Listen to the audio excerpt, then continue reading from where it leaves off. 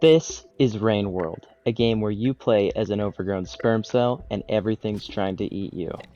Usually you'd start the game off in a place called the Outskirts, but since half my footage got deleted, we'll be starting in the Garbage Waste. The Garbage Waste have a lot of cool, friendly, and cuddly creatures in it, such as the Scavenger, the Hug Fruit, and these things that hold me underwater until I stop breathing.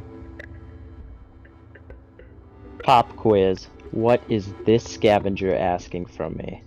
Is it A, a spear, B, whatever I pull out of my stomach, or C, a special card? The answer to the pop quiz is... B. You may be asking, why do the scavengers want the stones from my stomach so badly? Well, the answer is quite simple. They're shiny. They're called pearls, and as depicted here, they can be used to trade with scavengers. They can also be used as toll payments, which is why it's a good idea to store them in your stomach. What's a toll? This is. Why do I even bother? Because if I don't, they get pissy. Getting on their good side by doing things such as trading pearls and paying tolls can have a wide array of benefits, such as having your own royal guard. More often than not, though, they'll just end up getting you killed. There are times when they can be useful, though. If you're ever in the jaws of death, you can hold your breath and pray that one will help you escape, like as seen here. Yes. You may be noticing a lot of blowing up. That's because scavengers carry bombs on them which can be used in combat. I don't really recommend them though, because usually they end up like this. After a while of playing nice, the scavengers will begin to view you as one of their own. They'll sleep with you, hunt with you, and maybe even fall in love with you.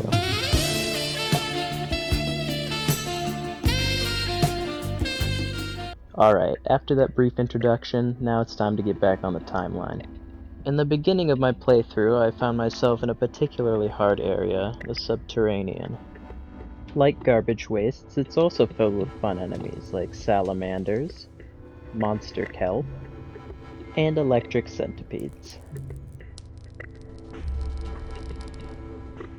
After a lot of trying, I did make my way to a new hibernation spot. Hibernation is basically saving and setting a respawn point. To do it, you need 4 food pips, and if you don't, you'll probably get caught in the rain. And nothing survives in the rain. Hence the name, Rain World. The next area I made my way into was the shoreline, which seemed pretty peaceful. The only noticeable inhabitants were snails and these strange fish, neither of which posed a threat to me. What did end up posing a threat to me was my tiny-ass lungs. After I managed to squeeze through, it looked like my guide was trying to show me something. It kept pointing me in certain directions and showing me odd images. It looked like a blue alien waifu. Could it be another one of me? My future wife? Would they bear my children? Would I bear theirs? I needed answers. So I crawled out of the pipes and started searching. What I found was an actual shoreline, complete with more monster kelp and aquatic lizards. I came to a realization that if I was gonna find my big booty bitch partner, I couldn't let the wildlife get in my way any longer. So I trained myself to kill. I hunted them down and slaughtered them in front of their families. Now I was at the top of the food chain, and nothing was going to get in my...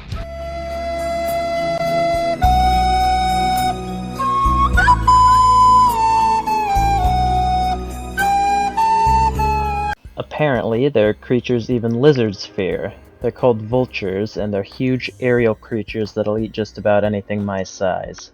Lizards were bad enough, and now I have to deal with these huge flying tanks. It's not even like I get a reward for fighting them, right? Enter the vulture mask.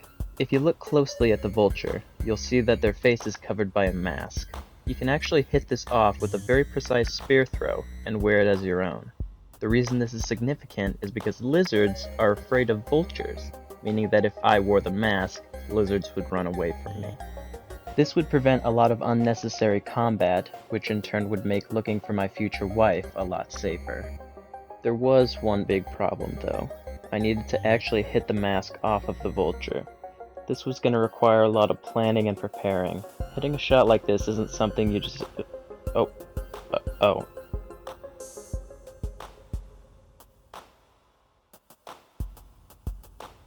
Well, now I have a vulture mask and it's time to keep looking. I made sure to set a respawn point with my mask so I didn't drop it somewhere. I kept following my guide, which led me more and more eastward. He wasn't the most helpful guide though, because a lot of the time he would just stare at me blankly. Hey bud. Where do I go now? Yeah! Eventually he just told me to swim right, which I did, but I ended up dropping my mask. Did I drop the mask?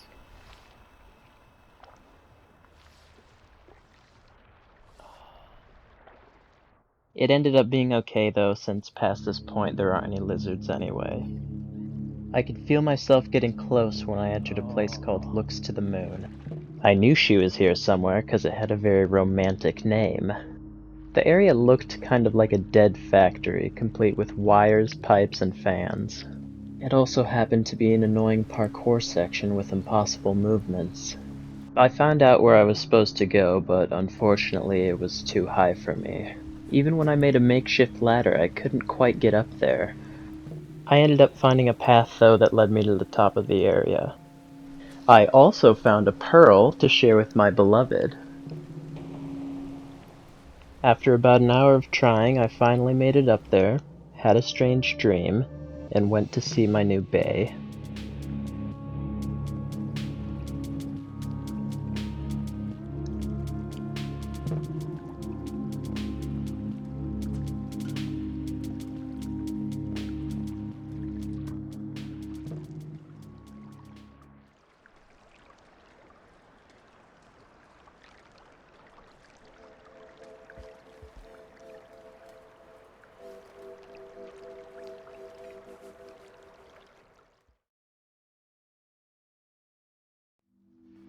Hey, if you made it this far in the video, thanks for watching. It's my first time doing a video like this, and I worked really hard on it. I'm pretty proud of it so far, so I hope you liked it.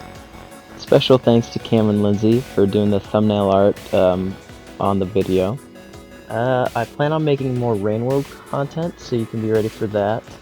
If you liked the video, you could check out my other videos. I'm most proud of my most recent two, and if you want to support me, you can just like, sub, or comment. See you next time.